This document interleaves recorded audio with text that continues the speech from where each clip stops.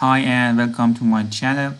In this video I want to talk about route to code and how you can use it in an ASP.NET Core application.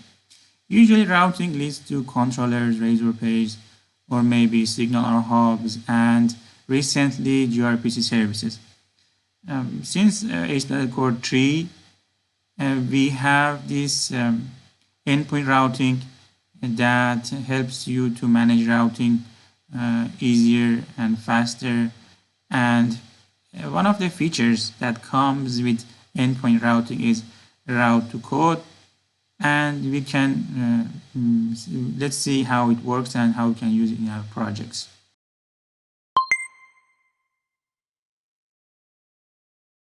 So basically, route to code enables you to write code like Node.js. In Node.js, you create an HTTP server like this, and in a few lines of code, you have a server that responds to HTTP requests, and that's it. That's all you need to get up and running an HTTP server.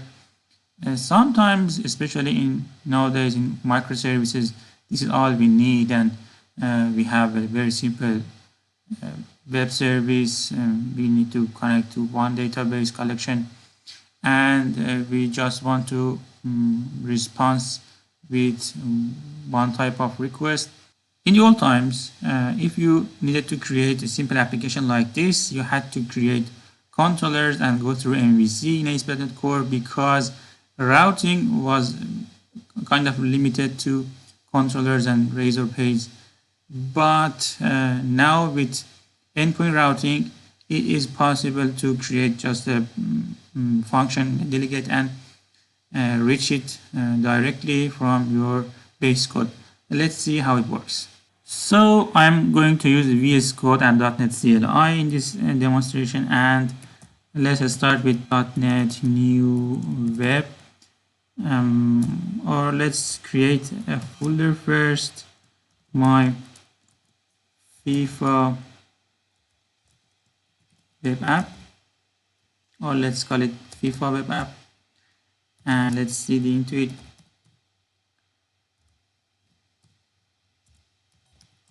And now let's create a new empty ASP.NET Core project, which is going to be .NET New Web. And I didn't specify any names here, so by default it uses the name of the folder that's in it. Now that we have our project generated, let's run code dot and open this folder in VS Code. So our project is ready. Let's go to startup.cs, and that's all we need right now. I don't need this part, these comments and this method.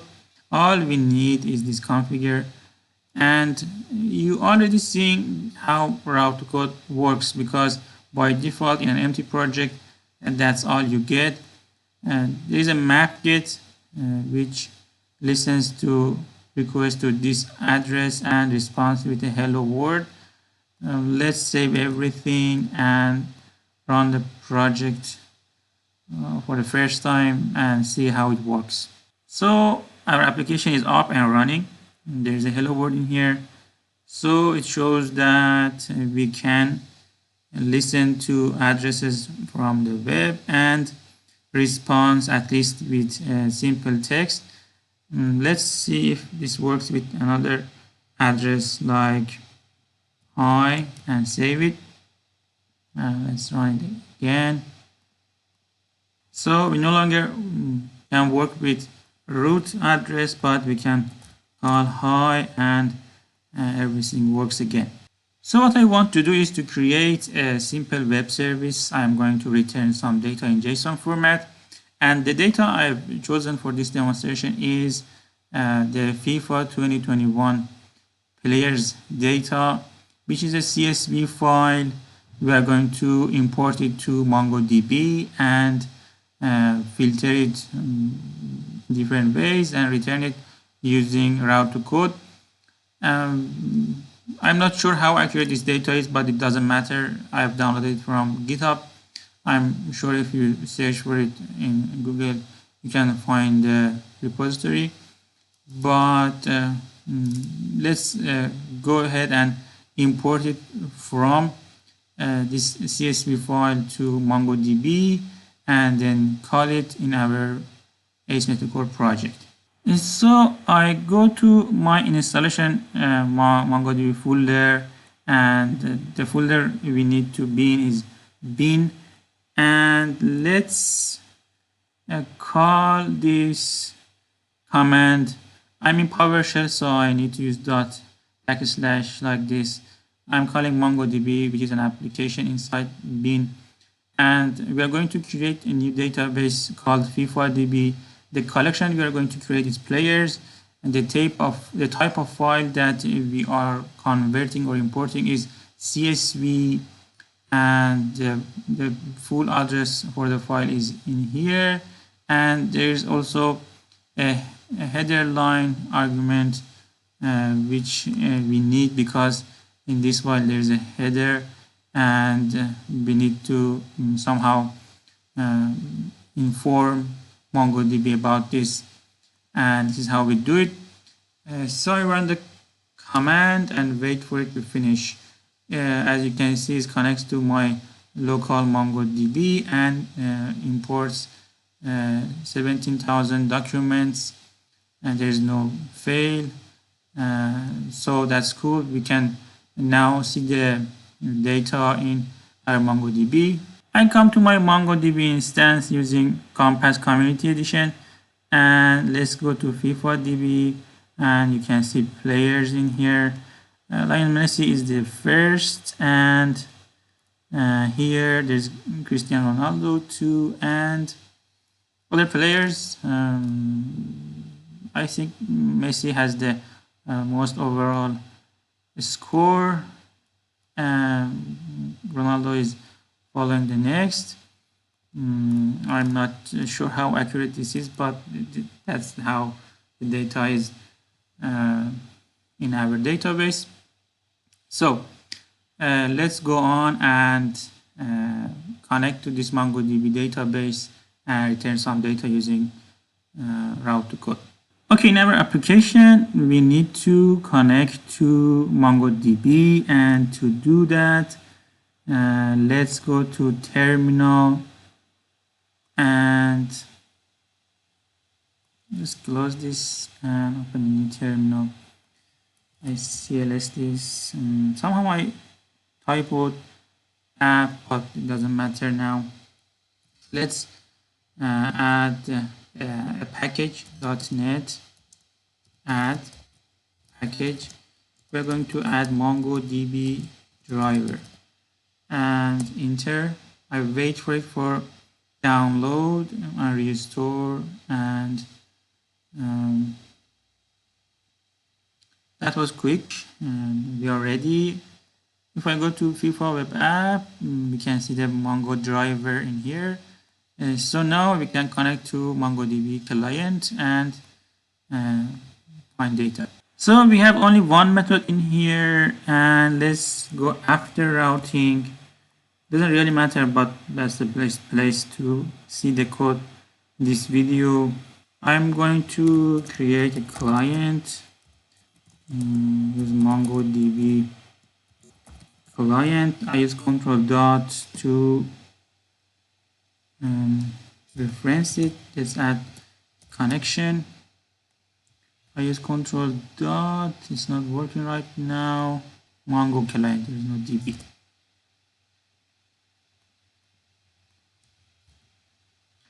Adding a user using control dot, and next let's connect to our database using client, the database, and the database we had it was FIFADB. Next let's get the players and use db get collection. At this part, we need to specify a type. MongoDB client mapping the data from database to C# objects. And the collection I'm going to connect to is players, but the type is we need to create it, and we need to create an object and specify all the properties first. Let's comment it for now and find a way to map JSON to C#. Basically, there are three ways to create the object that you need. You can create it manually. You can create a class here and specify all the properties and put it here, and it works. But there are easier ways. I can come to my data in MongoDB and use this copy document, then go to my browser and call for JSON to c#.com. It's a very useful website, web service that you can paste your JSON and convert it to C# like this. Then you can copy and paste it inside your code in here. It's easier to use a string, and also when you use a string you have to specify the JSON. Basically you need to do this to represent this field as object ID, and there are some namespaces that you need to add. Let's save the project, and now we can use this object to map. Let's call it object player. Not sure if we need another using here. I added these two. So let's set the generic type as player.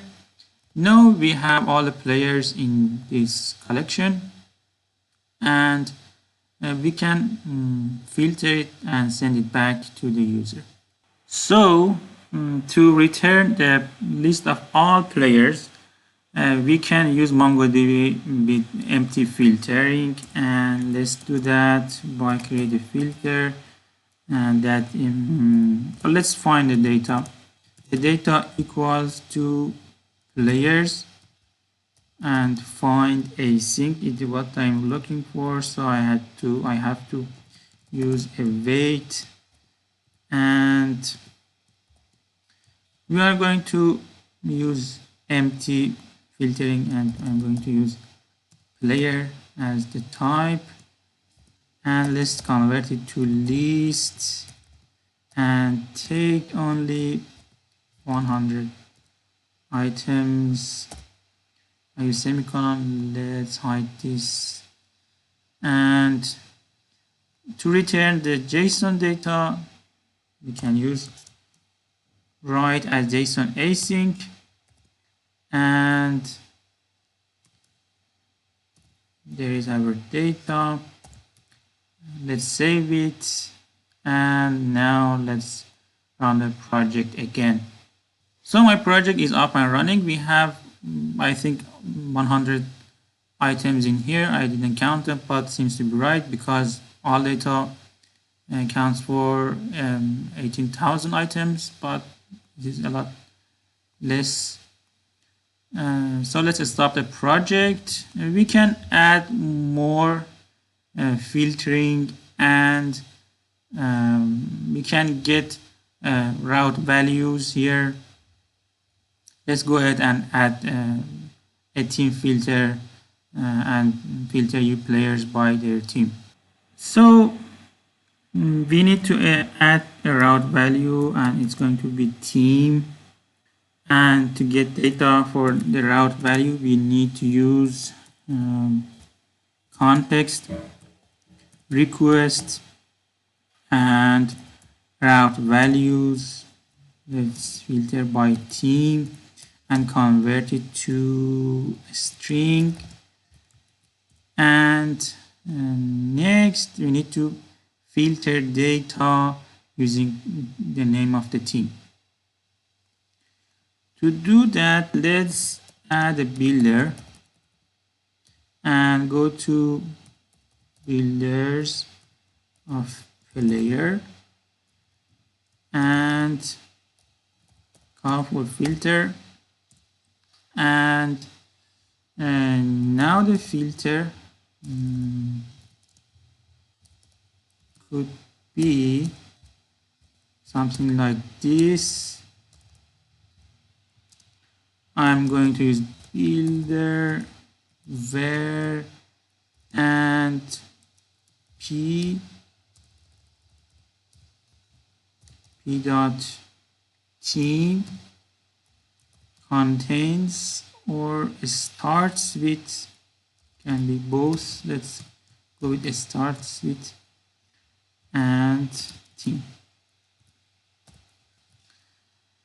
So obviously you can use other ways to filter data, but it's the simplest one for us right now. And then we want to use this filter instead of empty filtering. So let's save this and run the project again. So our project is running. Let's use Chromium because I have JSON view installed in here. And let's look for Juventus players. And as you can see, we now filter data by the name of a team. Let's check for Real, and now we have Real Madrid here. I can look for Chelsea, and everything works. So that's how you can use route values in route to code. And I showed you how to work with database. I use Mongodb.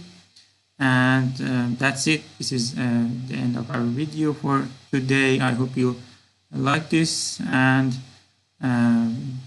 in future videos I'm going to talk more about ASP.NET Core and other features that you can use. Thanks for watching, and please like, share, and subscribe.